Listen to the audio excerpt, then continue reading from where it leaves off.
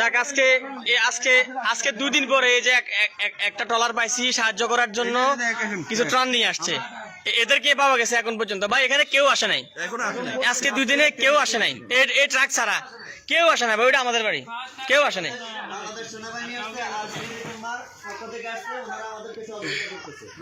আচ্ছা আচ্ছা আলহামদুলিল্লাহ ঠিক আছে।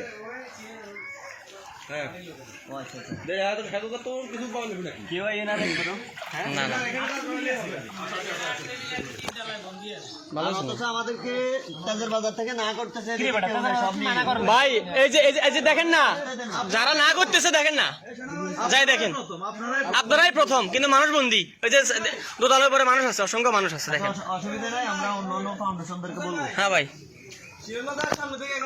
আসসালামু রহমতুল্লাহ। আলহামদুলিল্লাহ, আমরা এখন আছি বেনিফিট সুরমা ফাউন্ডেশনের পক্ষ থেকে নাঙ্গলকোট উপজেলার ঢালু ইউনিয়নের পুটিজলা গ্রামে, অর্থাৎ পুটিজলা, হুগলি, মন্তুলি, তারপরে গাঙ্গের পাড়, নলুয়াকান্দি, যে সমস্ত এলাকাগুলো সবচেয়ে বেশি ক্ষতিগ্রস্ত হয়েছে বন্যায়, ওই সমস্ত এলাকায় আপনারা দেখতে পাচ্ছেন যে আমরা এখন রাস্তায় আছি। এই রাস্তাগুলোর বুকের উপরে পানি, বুক সমান পানি, বুকের উপরে পানি।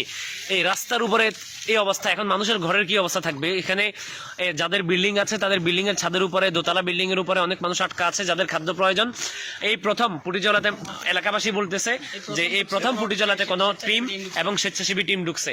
এখন আমরা একজনের সাথে কথা বলি, পুটিজলা গ্রামের একজনের সাথে আমরা কথা বলবো। আসসালামু আলাইকুম ভাই, একটু বলেন আপনাদের এখানে কি আর কেউ আসছে? এখন পর্যন্ত কোনো স্বেচ্ছাসেবী টিম এখানে আসে নাই, দেখতে আসে না যে আসলে মানুষ এখানে আছে কিনা, মানুষকে রেস্কিউ করা হবে কিনা, এরা খাইতেছে কিনা। বলুন। এখন পর্যন্ত কোনো স্বেচ্ছাসেবী বা কোনো সাহায্য কর্মী এখানে আসে নাই, আমরাই প্রথম। এরপরে দেখতেও আসে নাই, উদ্ধার কর্মীও আসে নাই। এই যে আমাদের এই বেনিফিট সুরমা ফাউন্ডেশন টিম এবং বাংলাদেশ সেনাবাহিনী